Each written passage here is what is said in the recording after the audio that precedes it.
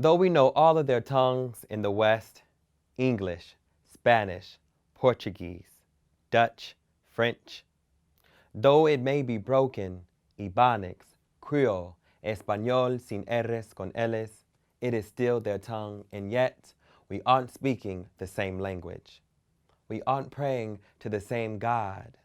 Though we use the same words and read their books, I know because when we say love is love, we know love does not hurt.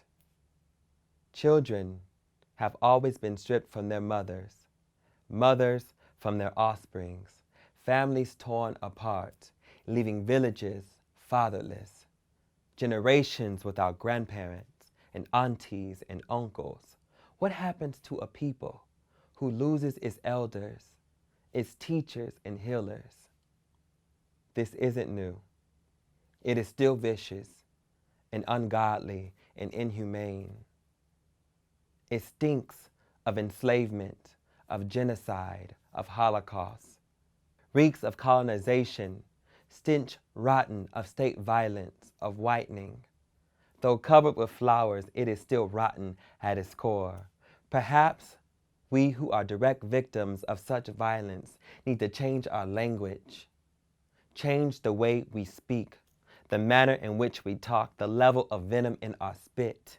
It is time, and has always been time, for us to know when to stop using their tools.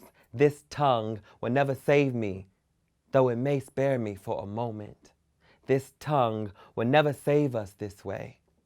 We can debate until my hue is blue and they will never understand because we aren't speaking the same language. A baby's cry from being snatched from home and thrown into a cage is horrid, is heartening, is enough language to know that that is wrong, that that is without love, that that will not make us better. A baby's cry is enough language to know, is enough to know.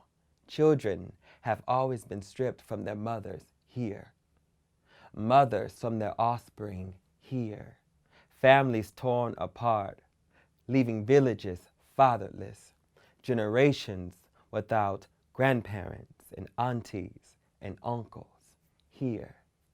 This isn't new. It is still vicious and ungodly and inhumane. We are still here. Why?